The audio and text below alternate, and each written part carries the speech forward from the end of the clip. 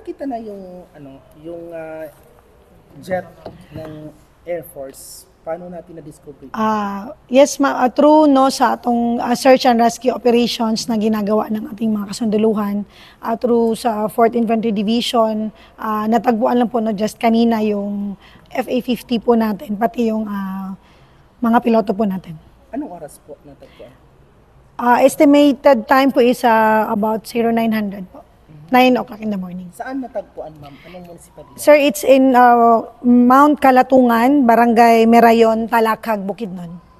Anong itsura nung aeroplano, ma'am? As to gravity po ng wala pa, hindi pa po natin siya ngayon na mabanggit. Ang lang po natin is yung result lang po is nakita na po siya. Ilan yung sakay ng aeroplano? 2 piloto po. Kumusta sila, ma'am? Nandoon ba sila still doon sa sasakyan? Nakita rin po yung body nila po, malapit lang po sa sa FA-50 po. Wala nang buhay? Yes, sir.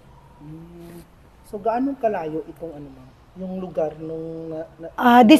Napakano nito, no?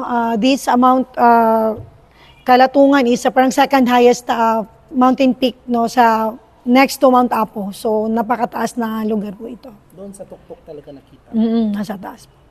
Parang itong dalawa, ma'am, kumusta sila? Binaba na ba sila? Ngayon po, ongoing po yung recovery po sa kanila.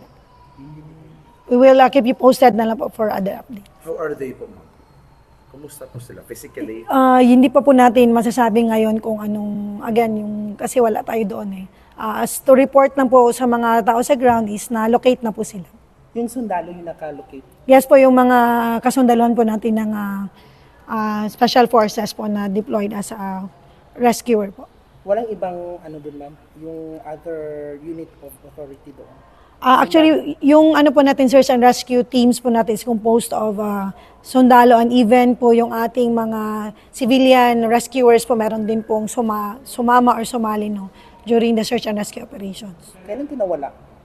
Actually, last madaling araw ng March 4 na na-report. Bakit nawala, ma'am? They are conducting po tactical operations, activity in support sa mga focus military operations ng ating 4th Infantry Division. Tapos, hindi na na-monitor na. Wala pang ma'am, wala pang result ng cause ng wala pa, sir. With regards to that, yan po yung susunod na gagawin. There will be an investigation na gagawin, I believe, yung ating Philippine Air Force. Ano ba, human error? Or, hindi pa po natin alam, again, hindi pa natin alam. Focus lang po muna tayo ngayon sa recovery nila. Since nakita na po sila through search and rescue. Itong dalawang sakay, ma'am, taga saan ito sila? Wala pa po kaming information kung taga saan ang ating mga pilots po. Wala din mga names pa? Wala pa po, wala pa.